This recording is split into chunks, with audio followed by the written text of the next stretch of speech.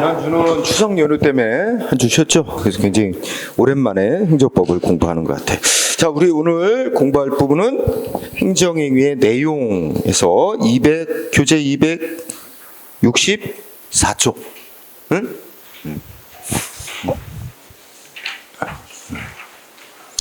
우리가 이제 지난 시간에 공부한 주된 부분은 이제 기속행위, 재량행위. 요거는 이제 행정기관이 국민한테 법 집행하는 행위를 행정기관이 법에 얼마나 구속받으면서 해야 되냐, 이 법에 구속받는 정도를 기준으로 기속행위, 재량행위 이렇게 구분했었죠. 응?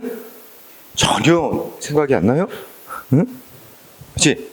근데 오늘은 이제 내용에 따른 분류. 그러니까 행정기관이 국민한테 어떤 내용의 조치를 하느냐에 따라서 이제 몇 가지로 분류를 하는데, 우선 이제 264쪽에 개설이란 들 보면 우리 앞서서 지난 시간에도 했었는데 법률행위적 행정행위, 준법률행위적 행정행위 이렇게 또 나눈 거 있었지? 네? 그 말 있죠? 요거는 이제 내용 갖고 나누는 게 아니고 행정기관이 법 집행하는 행위가 이제 국민하고 사이에 어떤 권리니 의무니 어떤 법적인 효과를 발생하게 만드는 원인이 뭐냐? 응? 그래서 이제 행정기관의 의사표시, 그러니까 행정기관이 국민한테 어떤 권리나 의무를 생기고 없어지게 하겠다라는 그런 내용의 의사표시를 하고 그 행정기관이 의사표시한 내용대로 국민하고 사이 효력이 생기는 그런 종류의 행위를 다 묶어서 법률행위적 행정행위. 반면에 준법률행위적 행정행위는 행정기관이 국민한테 무슨 의도를 가지고 법 집행을 했든 그건 상관없이 법이 정한 대로 국민하고 사이에 권리 의무 등 효과가 발생하는 그런 유형의 종류의 행위를 다 통틀어 준법률행위적 행정행위. 그치? 그래서 여러분들 그런 내용이 쭉 있습니다. 그래서 이제 개설에서는 법률행위적 행정행위, 준법률행위적 행정행위 이렇게 나눈 거지. 그럼 여러분들 문장에서 다시 한번 체크하자면, 자, 쌍가루 1번 법률행위적 행정행위는 뭐야? 그 위에 개념을 써놨지. 개설에서, 그죠? 그래서 지금 그건 지난 시간에 공부한 거기도 하니까 행정청의 의사표시에 따라 아니면 뭐야? 넷째 줄에 법령이 정한 바에 따라, 그지? 그게 키워드지? 네. 그런데 그걸 이제 오늘 공부하는 내용은, 그래서 법률행위적 행정행위는 다시 어떻게 나누는데? 동그라미 1번. 쌍가루 1번의 법률행위적 행정행위는 명령적 행위와 형성적 행위 이렇게 둘로 나눈다고 써있죠? 자, 이게 말이 조금 쉽게 얘기하면 명령적 행위는 내용이 뭐냐면 국민의 의무하고 관계되는 거야. 응? 의무. 그래서 동그라미 1번 명령적 행위하면 중요한 단어가 의무. 응? 자, 그래서 지금 그거 말하는 걸 다시 하면 우리가 이제 행정행위는 행정기관이 국민한테 공권력 행사에서 우월적 지위에서 법 집행하는 행정행위는 이제 권리니 의무니 법률 효과의 발생 원인, 국민한테 권리 의무가 발생하게 되는 주 원인이 뭐냐에 따라서 법률행위적 행정행위. 응? 이 계통도를 여러분들이 이제 머릿속에 외우고 있어야 돼. 그 다음에 학문적으로 이렇게 확립시켜 놓은 거야. 준자를 하나 더 붙여서 준법률행위적 행정행위 이렇게 나온다는 거예요. 준자를 하나 더 붙였죠. 그래서 요거는 국민하고 사이에 권리 의무 이런 거 발생하게 만드는 원인이 법률행위적 행정행위는 행정기관의 의사표시. 응? 행정기관의 의사표시 내용. 이게 뭔 뜻이야? 국민한테 행정기관이 어떤 권리를 주겠다. 응? 또는 의무를 부여하겠다. 또는 의무를 없애주겠다. 이런 의사표시 내용대로 그 국민하고 사이에 권리를 부여한다. 그러면 이제 상대방한테 권리가 발생하고, 응? 무슨 세금을 부과한다. 그러면 이제 상대방한테 행정기관이 세금을 납부받을 의무를 상대방한테 부여하겠다라는 의사표시하는 거죠.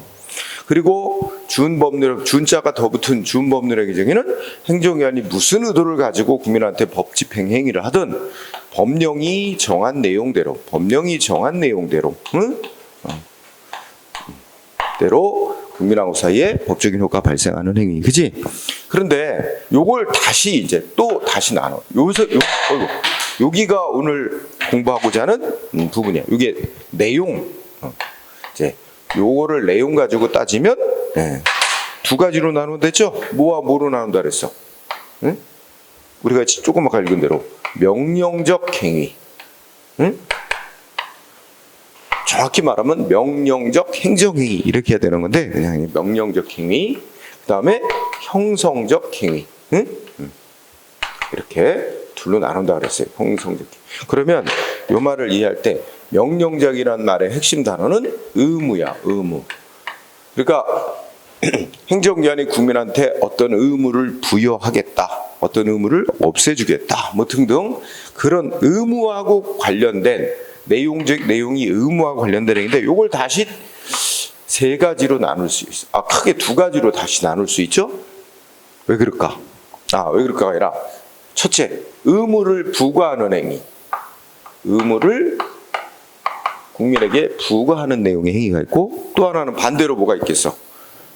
부과했던 의무를 없애주는 내용의 행위가 있겠지? 그래서 그거는 이렇게 표현해. 의무를 해제해준다. 있던 의무를 해제. 예를 들면 우리 세금 면제시켜준다든지, 그지? 군복무를 면제시켜준다. 이런 거 다 의무를 없애주는 거잖아. 응? 이렇게 내용적으로 보면 의무하고 관련된 행위는 두 가지 내용으로 또 나눌 수가 있다. 응? 그래서 여기서부터 이제 의무를 부과하는 행위를 뭐라고 부르기로 했냐? 하명행위라고 부르기로 하자.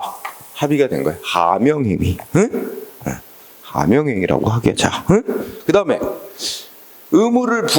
국민한테 의무가 있는데 부과했던 의무를 없애주는, 의무를 해제하는 행위는, 요 의무 해제는 어떤 의무를 없애주냐, 어떤 내용의 의무를 없애주냐에 따라서 허가행위하고 그 다음에 면제행위, 이렇게 둘로 나눠서 부르기로 하자. 응? 그래서 여기는 좀 칸이 좁아서 그러는데 이 허가행위는 국민한테 하지 마 하고 이제 금지, 하지 말라는 의무를 부작위 의무라 그래. 응? 금지 내지 부작위 의무를 부과했던 걸 없애줘서 이제 너 해도 돼. 그런 내용의 행위. 응?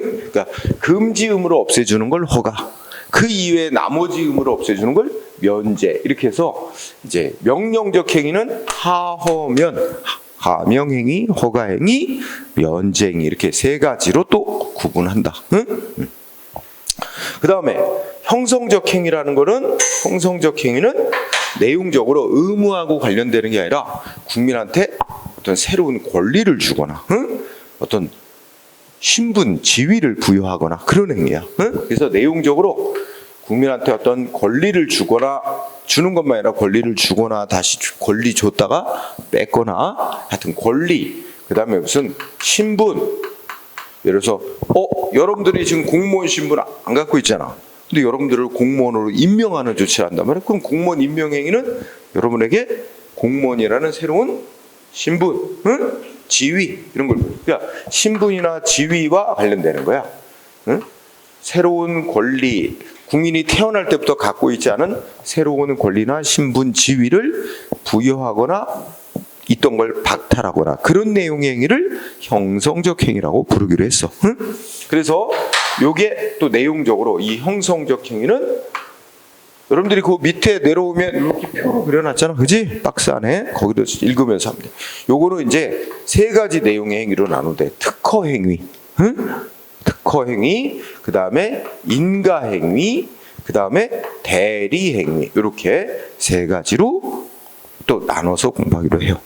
그래서 이 계통도는 일단 외워두는 게 좋습니다. 그래서 일단 이렇게 둘로 나눈 다음에, 왜냐면 시험 문제에서 이 학문적으로 확립된 다음 중 법률행위적 행정행위에 해당하는 것이 아닌 걸 고르시오, 이렇게 물어보기도 합니다. 그러면 요 여섯 가지 행위지, 하명행위, 허가행위, 면제행위, 특허행위, 인가행위, 대리행위가 법률행위적 행정행위에 속하는 거죠. 다만 이제 중간에 명령적 행위냐 형성적 행위냐 요것도 있지만, 그 다음에 행정기관이 무슨 의도를 가지고 법 집행을 하든 법이 정한 대로 효과가 발생하는 유형의 행위, 요걸 내용 갖고 따지면 준법률행위적 행정행위를 내용 가지고 구별을 하자면 다시 네 가지 종류의 행위로 구분한다. 그래가지고 이게 이제 행정기관이 뭔가 확인을 하는 행위, 그 다음에 행정기관이 뭔가 공적으로 증명해주는 행위, 그 다음에 행정기관이 국민한테 일정한 사실을 알리는 행위, 통지행위, 그 다음에 국민이 행정기관에가 뭔가 신청서나 신고서를 냈을 때 그것이 적법 유효하다 해가지고 인정하고 후속 조치할 거다 라면서 이제 받아들여주는 행위, 수리행위. 그래서 공통수 또는 뭐 순서 상관없이 하면 공통수학 뭐 그러고 합니다. 확인돼 학이라고. 어쨌든 외워두는 게 필요합니다. 그래서 일단 개설 부분은 이렇게 행정기관이 국민한테 법 집행하는 행위는 이렇게 내용적으로 나누는 것이 확립돼 있다. 응? 그러면 이제 그 다음부터 요거 위에서 하나씩 이제 공부를 해나가는 거예요. 응? 그래서 여러분들이 개통도 첫 번째 공부할 포인트, 이렇게 개통도가 짜여져 있다. 그래서 밑에 그 내용 체계에서 네모 박스 쳐놓은 거 있죠? 그거 꼭 머릿속에 외웁니다. 응? 자, 그리고 이제 하나씩 공부를 해가는데 첫 번째로 나오는 하명 있지? 하명 별로 시험에 안 나와. 응? 낼 게 별로 없어. 그래서 뭐 그냥 하명하면 일단 첫 번째 무슨 단어로 기억해? 의무를 없애주는 내용의 행위를 의무를 부과하는 행위를 하명이라고 한다. 의무 부과, 그죠? 그래서 하명의 의미 성질, 의무 부과, 그죠?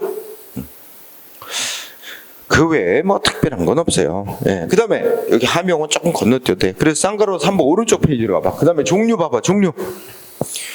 국민한테 의무를 부과하는데 의무가 어떤 내용의 의무냐. 내용 가지고 따지면 어떻게 돼요? 국민한테 가만히 생각해봐. 국민한테 뭐 해라 하는 의무. 응? 반대로 뭐야? 뭐 하지 마라 하는 의무. 응? 또 뭐야? 돈이나 물건을 내라 하는 의무. 응? 또 어떤 거 있어? 행정기관이 뭔가 뭐 조치를 할 텐데 여기에 정하지 말고 받아들여라, 감수해라 하는 의무. 응? 그렇게 나눈다는 거예요. 그래서 내용, 종류. 자, 265쪽의 종류를 보니까 한자말로 다 붙들었네. 자귀하명, 응? 부자귀하명, 그다음 뭐야? 급부하명, 수인하명. 이제 이런 용어들이 이제 행정법에서 일반화된 용어로 쓰이니까 그 용어의 뜻을 알아야 되겠지, 그지? 자귀하명은 뭐하는 어떤 의무야? 뭐 해라 이거야, 그지? 예를 들자면 뭐하래? 응? 당신 불법 건물 졌으니까 언제까지 철거해라 이런 게 뭐야? 자귀하명이지. 일정한 행위 하라는 의무 부과하는 걸 자귀하명. 반대로 하지 마라 하는 걸 부자귀하명. 근데 부자귀하명은 다른 말로 금지시킨다고 돼. 금지. 그죠? 우리가 요거 뭐 일맥상통하잖아. 그죠?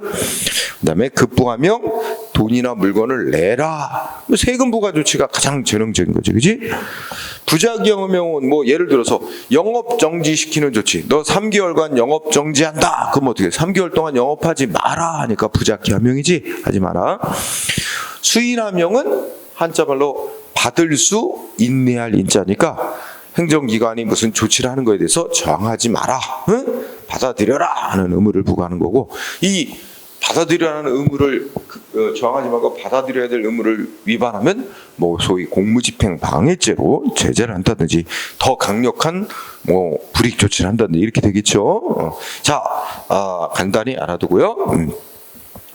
자, 대상 및 상대방 보면은 거기를 보자. 쌍가로 4번. 동그라미 1번에 보면 하명의 대상, 다른 말로 하면 이제 의무 부과의 대상이 되는 국민들의 행위는 보통 우리가 이제 여기 사실행위가 대부분이야. 그러니까 사실행위라는 단어가 있는데 사실행위는 그 행위 자체가 무슨 누군가하고 사이에 권리나 의무를 발생시키려는 그런 법적인 효과를 발생시키려는 행위가 아닌 거 말하는 거예요. 예를 들어서 오늘 어제 여기도 비 왔죠 어제. 응? 비 오고 오늘 날씨가 깨끗한데 오늘 산에 올라가 볼까? 그럼 내가 산에 올라가는 행위 자체가 누군가의 권리나 의무 발생시키는 행위예요? 아니잖아. 그냥 산에 올라간다는 사실상의 행위 하나만 있는 거지. 그죠? 그러면 그런데 예를 들어서 무슨 하여튼 무슨 이유로 행정기관이 어떻게 돼? 입산 금지. 응? 그럼 어떻게 돼? 부작위 하명을 하는 거죠. 응? 그래서 그러니까 조금 아까 내가 든 예가 산에 올라가는 행위 자체는 사실행위. 근데 사실행위를 금지. 우리가 어디를 도로를 건너는 행위. 이것도 건너는 행위 자체만 있는 거지. 응? 그래서 목적은 이쪽에서 저쪽으로 도로를 건너가는 결과를 사실상의 결과만 발생시킨 거지. 나의 도로를 건너가는 행위로 인해 누군가의 권리 의무를 발생시키는 거는 아니잖아. 그러니까 다 사실행위야. 그러니까 이렇게 그런데 여기 무단횡단하지 마라 이렇게 하고 의무를 부과하면 그는 사실행위에 대해서 하명한 거죠. 그죠? 그래서 자, 그거 밑줄 하명의 대상은 사실행위가 대부분이지만 가끔 뭣도 될 수 있어. 야, 이런 거래 행위 하지 마라. 그러니까 예를 들어서 이런 거래 계약이라는 단어가 계약이라는 말은 계약하는 행위 자체는 계약서에 정해진 내용대로 서로 간에 권리 의무를 발생시키는 행위입니다. 그러니까 이런 거래 계약을 하지 마라. 이런 식으로 의무가 부과되기도 합니다. 그러니까 두 번째 줄에 보면 법률행위인가 의무 부과 대상이 되는 경우도 있다. 1번 알아두세요. 하명의 대상은 내가 여기서 여러분들한테 알기를 원하는 건 사실행위, 법률행위라는 단어를 조금 이해하고, 그래서 의무 부과의 대상이 되는 국민들의 행동은 사실행위를 주로 대상으로 하지만 법률행위가 의무 부과의 대상이 되는 경우다. 법률행위는 법적 행위 이렇게 또 표현하기도 합니다. 그리고 동그라미 2번도 보면 의무 부과는 보통 언제까지 군 입대해서 군 복무해라. 군 입대해라. 특정인에게 하지. 너 언제까지 얼마의 세금을 내라. 특정인에 대해서 보통 의무 부과가 되지. 그렇지만 예를 들어서 이 산은 내년 그러니까 우리 그런 경우 있잖아. 산에 이렇게 너무 많이 사람들 등산하고 하면은 그 자연이 훼손되고 하니까 안식년이라는 개념에서 이 산은 몇 년간 사람들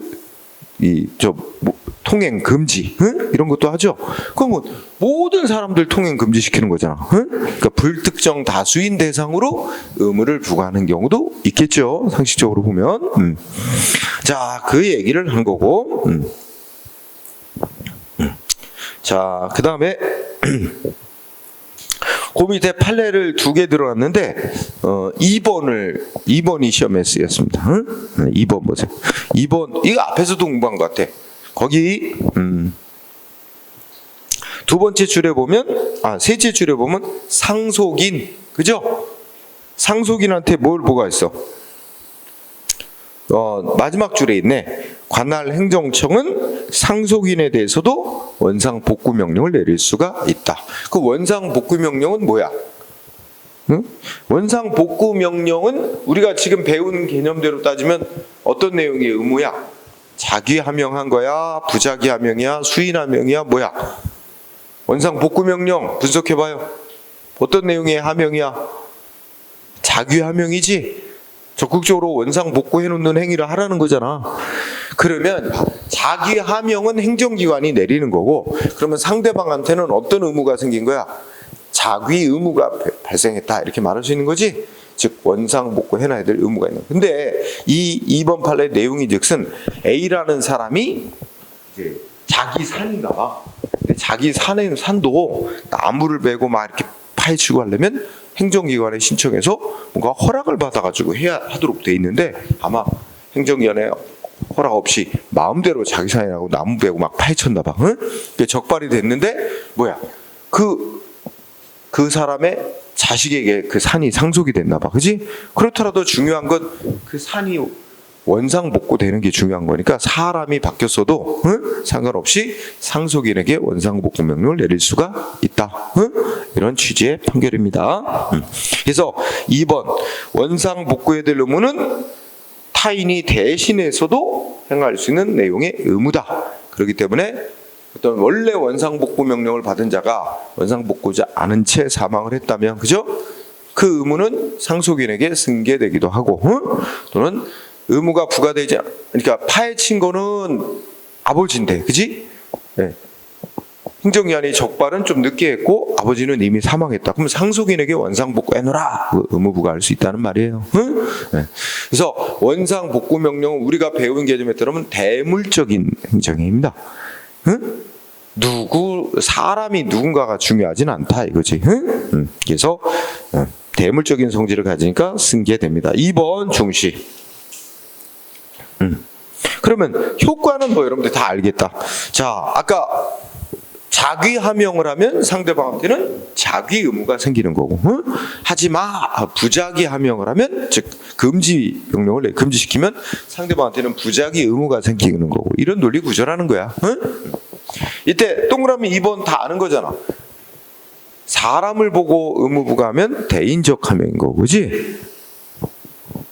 그리고 개개인의 사람이 중요한 게 아니라 어떤 물건이나 시설의 상태가 중요해서 그 물건 시설의 상태를 보고 하는 하명은 대물적 하명이라고 할 거고, 두 가지 다 보고하는 것, 사람과 물건 시설 이런 거 다 보고하는 거 뭐야?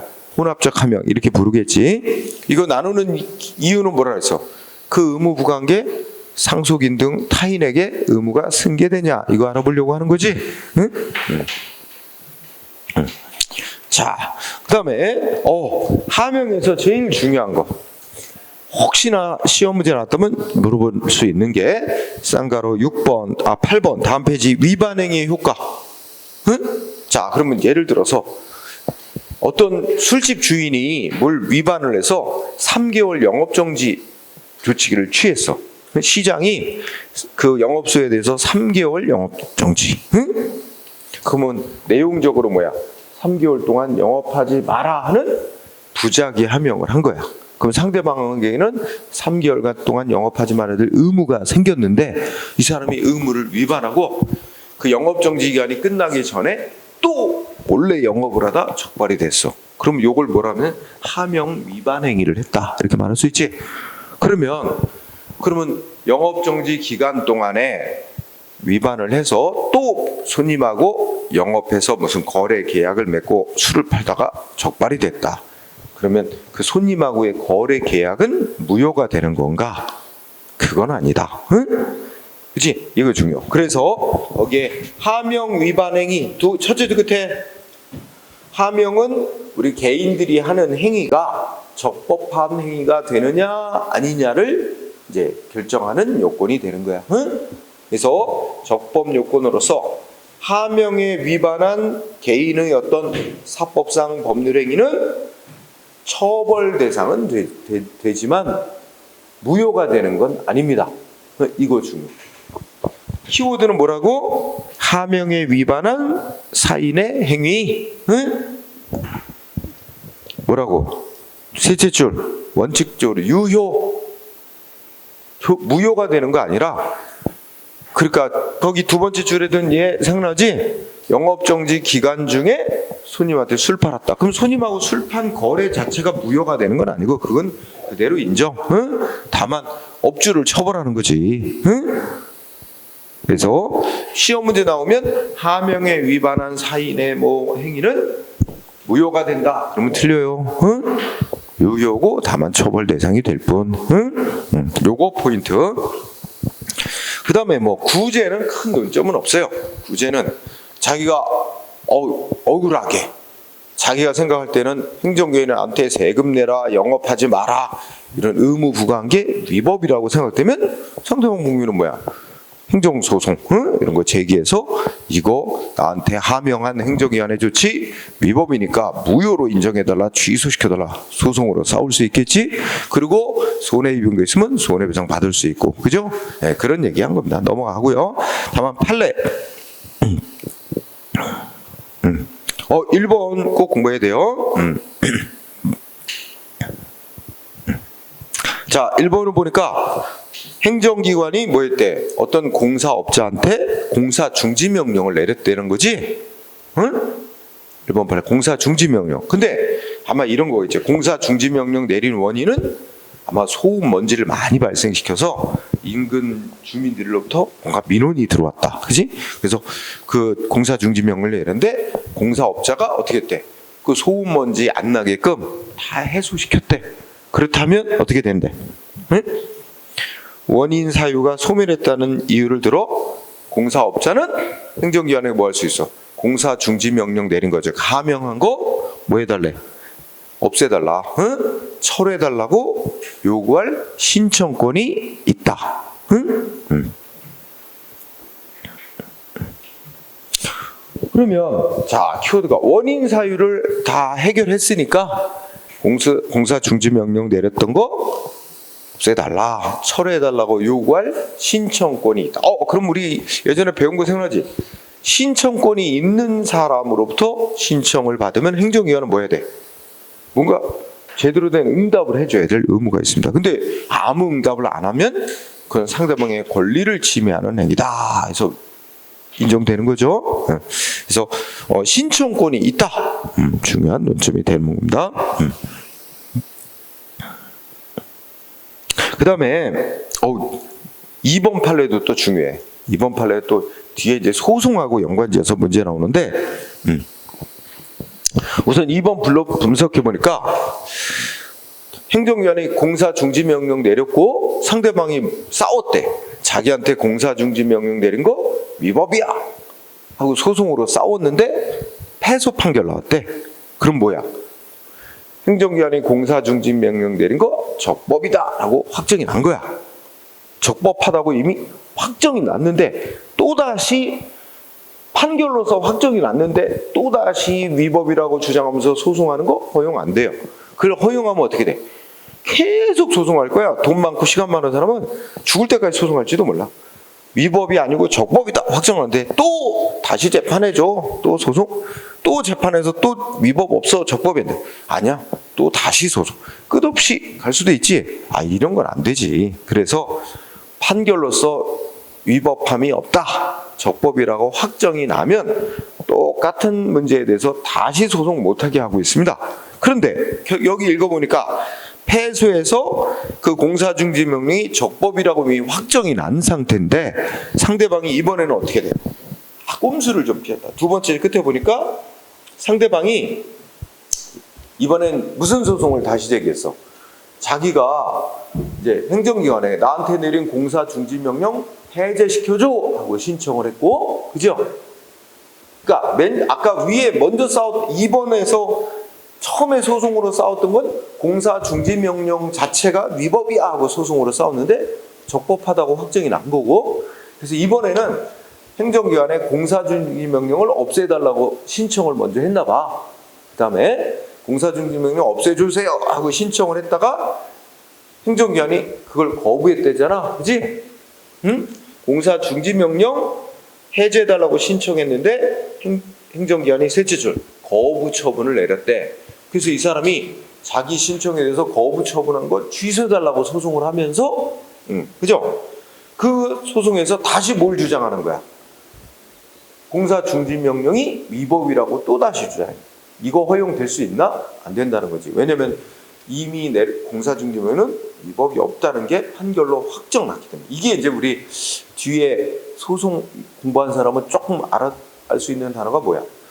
기판력이라는 게 발생한 거야. 공사 중지 명령이 적법하다, 위법이 하나도 없다라는 점에 대해서 기판결이 확정나서 기판력이 발생했기 때문에 그 판결의 결론과 모순되는 주장을 또 하면서 소송하는 건 허용될 수 없다라는 논리입니다. 2번도 꼭 중요하세요.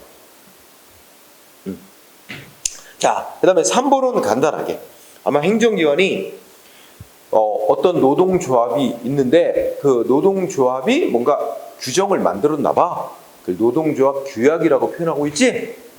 근데 그 감독하는 행정기관이 보니까 뭐 노동부 장관이 됐든 그 노동조합이 만든 규약 이거 좀 뭐 문제가 있는 부분이 있다. 이거를 시정하라. 뭐 시정명령을 내렸대. 그죠? 그 시정명령 자체가 강제로 해라. 안 하면 불이익이 가해진다. 이런 게 들어있다면 이건 상대방한테 강제로 의무를 발생시키는 거잖아, 그죠? 네. 그렇기 때문에 핵심 결론, 노동조합 규약을 변경 보완하라는 시정 명령은 결론 뭐래? 마지막 줄, 행정소송 대상이 되는 행정처분에 해당한다. 응? 행정처분에 해당. 그런 따르라고 강제하는 거와 다름없다. 그리고 안 따르면 불이익 조치가 예정돼 있기 때문에 이 이유였죠. 자, 하명은 뭐 그 정도로 충분. 응? 자, 그 다음에 밑에 이제 허가가 나오지. 허가는 매우 중요. 허가는 거의 시험의 단골입니다. 응? 허가는 매우 중요해요. 그래서 여러분 허가라는 내용의 조치를 공부할 때 첫 번째로 자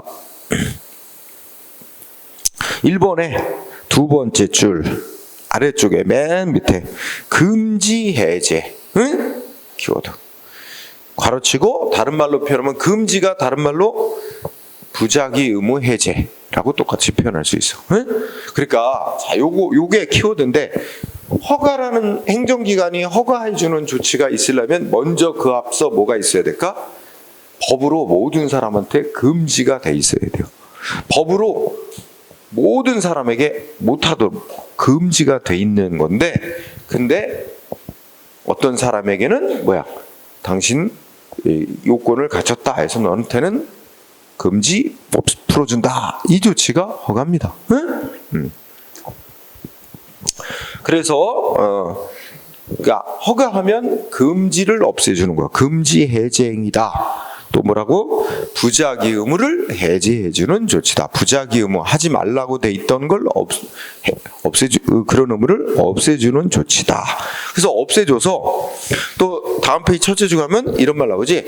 본래의 자유를 회복시켜준다. 이런 말 나오지. 그러면 이 본래의 자유를 회복시켜준다는 건 이런 뉘앙스가 있는 거예요. 그러니까 원래 여러분이 나나 모든 사람 태어날 때 다 자유롭게 할 수 있는 행위야. 그런데 그냥 국민들이 자유롭게 할 수 있도록 그냥 내버려 놓으면 사회에 문제가 생길 수 있다는 거야. 응? 사회 공공의 안녕 질서에 문제가 생길 수 있다. 이렇게 보기 때문에 법으로 일단 다 금지. 그리고 사회에 해를 끼치지 않을 최소한의 요건을 법으로 정해놓은 다음에 그 요건을 갖췄다 인정하면 행정관이 당신 요건 갖췄으니까 사회에 해를 끼치지 않을 수 있는 법이 정한 요건을 갖췄으니까 당신은 해도 돼. 이렇게 해주는 게 허가라는 거야. 응? 그래서 원래 태어날 때부터 갖고 있던 자유를 다시 회복받는 거다 이거지. 응?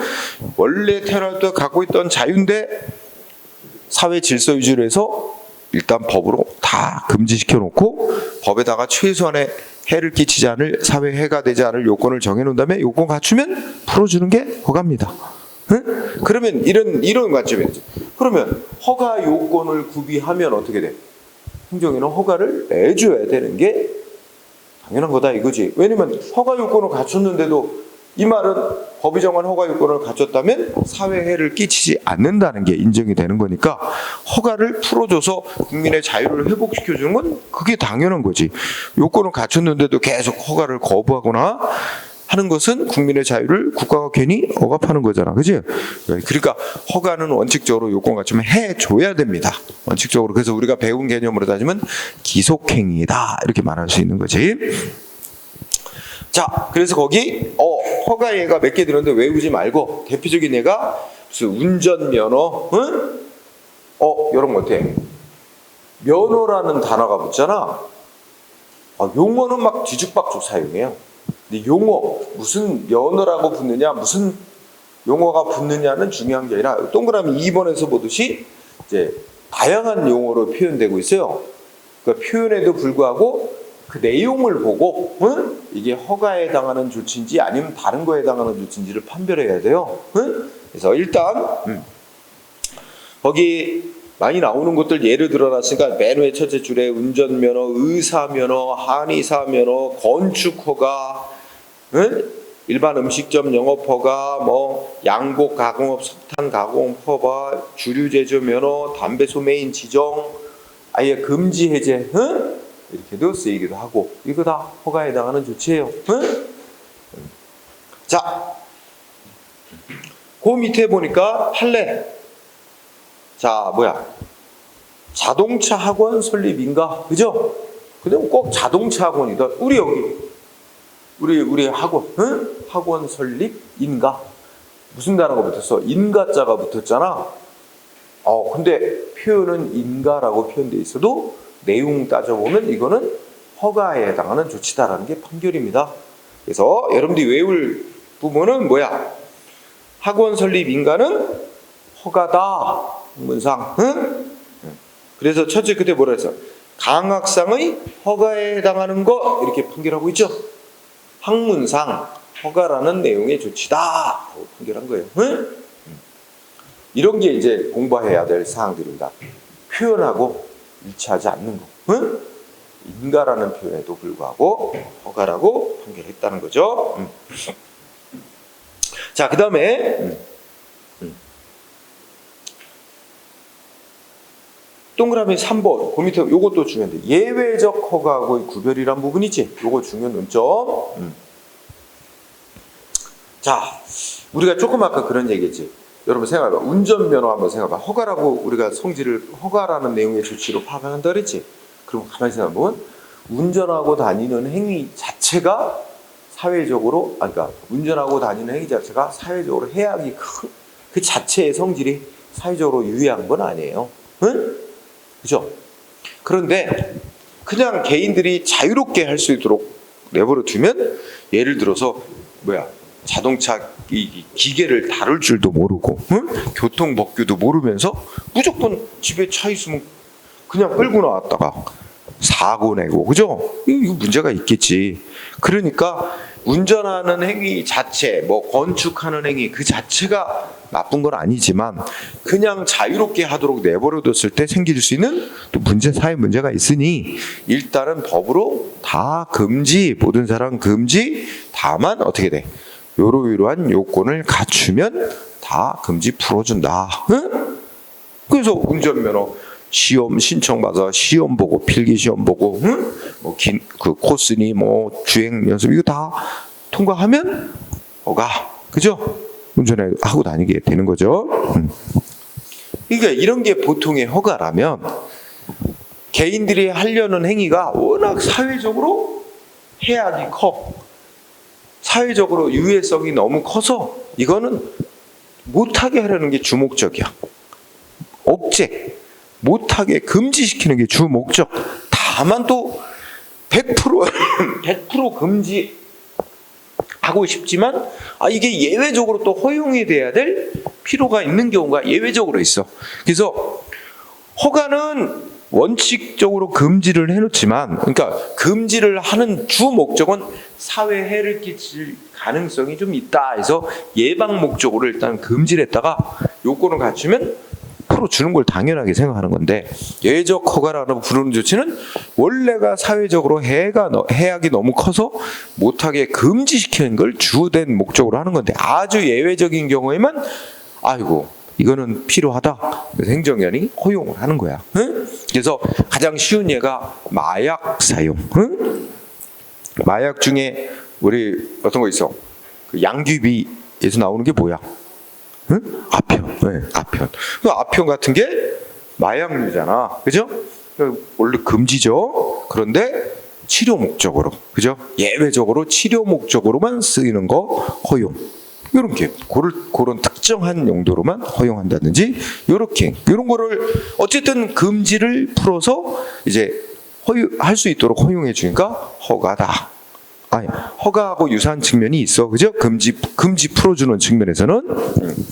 자, 그래서 동그라미에서 뭐 예외적 허가와의 구별 중요 논점 읽고 이해했어요? 그러면 시험에 아주 중요한 거 첫 번째, 둘 다 금지 해제인데 거기 표로 잘 정리해봐. 왼쪽에 게 보통의 허가야. 보통의 허가는 어떤 목적의 금지를 해제해준대? 예방적 목적의 금지 해제. 예방적. 응? 그러니까 사회 질서에 대한 위험 예방 차원에서 금지해놨다가 이제 풀어주는 거고, 반면에 오른쪽에 예외적 허가 또는 예외적 승인이라고 하는데, 예외적 허가는 뭐야? 워낙 사회적으로 그 자체 행위의 성격이 유해성이 커서 억제시킬 목적으로 금지해 놓았던 걸 해제해 주는 거래. 억제적 목적의 금지를 해제해 주는 겁니다. 그리고 세 번째 라인. 허가 요건이 구비되면 허가를 해 줘야 되는 기속 행위. 세 번째 라인. 근데 예외적 허가는 원칙이 이제 못하게 억제, 금지시키는 게 목적인데 그때 이게 예외적으로 금지가 풀어져야 될 사항인지 이건 행정기관이 그때 심사해서 재량으로 결정하는 게 필요한 행위. 그래서 재량 행위. 첫 번째 줄하고 세 번째 줄하고 요거 꼭 중요하게 여기는 거야. 그리고 이제 그래서 특히 시험에 잘 나오는 밑에 판례 뭐 나왔어? 개발 제한 구역. 개발 제한 구역 지정하는 목적이 뭐예요? 여기는 여기는 그대로 자연 상태 그대로 보존하는 게 중요하다. 그래서 우리가 소위 그린벨트라고 하잖아. 그래서 개발 제한 구역 지정해서 개발 못하게 억제시키는 게 주된 목적인데 그 개발 제한 구역 안에서도 예외적으로 일정한 행위를 할 수 있도록 건축을 허용한다든지 그런 거로. 그래서 우리 판례를 보면 개발 제한 구역 내 건축 허가 이거 예외적 허가라고 부르면서 두 번째 줄에 뭐랬어? 재량 행위라고 판결하고 있어요. 이거 예외적 허가의 대표적인 예입니다. 그래서 1, 2, 3 다 개발 제한 구역 안에 뭘 하도록 허용하는 거 또는 금지를 풀어주는 거 다 예외적 허가로서 재량 행위다. 또 다음 페이지 가면 학교 환경 위생 정화 구역 나오죠. 쉽게 말하면 애들 초중고등학교 앞에 정문을 기준으로 해서 반경 200m 이내를 환경 위생 정화 구역이라 그래요. 교육 환경에 유해한 시설 못 들어서게 합니다. 근데 그래서 교육 환경에 유해한 시설 못 들어서게 하는 걸 억제시키는 걸 주 목적으로 하는데 예외적으로 허용합니다. 일정한 절차 거칠 요건을 해서. 그래서 이것도 결국은 재량 행위로 봅니다. 일종의 여기 우리 학교 환경 위생 정화 구역은 예외적 허가란 말을 명시적으로 쓰지는 않았어요. 그러나 그런 취지로 봅니다. 예외적 허가에 해당돼서 재량 행위. 근데 제일 시험 문제 많이 내는 건 아까 개발 제한 구역 내에서의 무슨 금지 풀어주고 허가하고 하는 거 다 예외적 허가로서 재량 행위라고 합니다. 자, 그다음에 쌍가로 3번. 허가의 대상이 성질. 자, 대상 공부에 대해. 자, 1번은 그냥 상식적이다. 여기 보면 허가는 금지를 풀어주는 거잖아. 금지해놨다가. 근데 금지를 보니까 상대적 금지, 절대적 금지 또 이렇게 나누실 때. 그러니까 상대적 금지는 금지시켜 놓지만 일정한 경우에는 풀어줄 목적으로 금지해 놓은 걸 상대적 금지라고 그러고 절대적 금지는 어떤 경우에도 절대 금지가 풀어질 수 없는 그런 사항을 절대적 금지사. 예를 들면 상적으로 절대적 금지는 살인을 허용한다든지, 그지? 아니면 뭐가 있을까? 인신매매를 허용한다든지 이런 거 있을 수 없지. 우리가 상식적으로 그죠? 절대적 금지사항은 허가 대상이 될 수가 없다. 1번의 키워드는 절대적 금지사항은 허가 대상이 될 수 없다. 그 다음에 동그라미 2번. 허가의 대상이 되는 우리 국민들의 행위는 사실 행위가 허가 대상이 되는 게 대부분이지만 아까 얘기했던 법률 행위가 허가 대상이 되는 경우도 있다. 동그라미 2번. 자, 1번에 절대적 금지는 안 된다. 2번. 사실 행위가 대부분이지만 법률 행위가 허가 대상이 되는 경우도 있다. 이렇게 두 가지 포인트. 자, 3번. 허가는 누구한테 내주죠? 보통 허가해달라고 신청한 그 특정인에게 이제 허가를 해주죠. 운전면허니 건축허가니, 그지? 하지만 아무도 신청 안 했는데 모든 사람에게 허가하는 경우도 있어요. 그게 대표적으로 입산 금지를 해제해야 한다. 모든 사람에게 산에 올라가는 거 금지해놨다가 아무도 신청 안 했는데 이제 우리 매년 봄철이면 산불 위험 때문에 입산 금지 많이 시켜요. 그렇죠? 모든 사람 대상으로. 그랬다가 또 이게 이제 봄 지나면 비 오고 하면 산불 위험이 거의 사라지니까 모든 사람을 대상으로 입산 금지 해제. 그죠? 그래서 불특정 다수인을 상대방으로 허가되는 경우도 있다가 포인트입니다. 응? 그래서 각각이 세 가지 공부하세요. 절대적 금지는 허가 대상이 될 수가 없다. 사실행위가 주로 대상이 되지만 법률행위가 주 대상이 허가 대상이 되기도 한다. 불특정 다수인에게 허가가 되는 경우도 있다. 응? 이렇게 정리하고 형식에서는 동그라미 1번 요거 하나만 봅니다. 자, 허가는요. 가만히 생각해봐. 일단 법으로 모든 사람 금지를 해놔요. 그래놓고 이제 대부분의 경우가 국민이 나 법이 정한 허가 요건 구비했으니까 나 허가 내달라 하고 신청이 들어오면 행정위원이 심사해. 그래서 이게 요건 구비했나, 허가 필요가 있나 이거 따져서 그때 허가 결정을 내리는 거야, 그지? 근데 그렇게 안 하고 법에서 모든 사람 허가한다? 있을 수가 없지.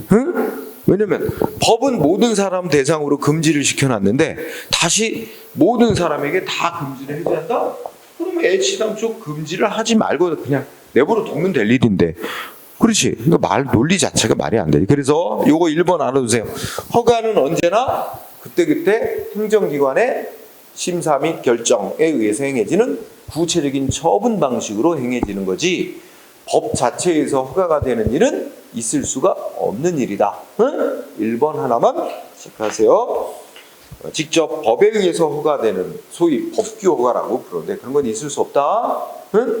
자, 여기까지 하고 쉬는 시간을 가져요. 허가는 좀 많아요. 자.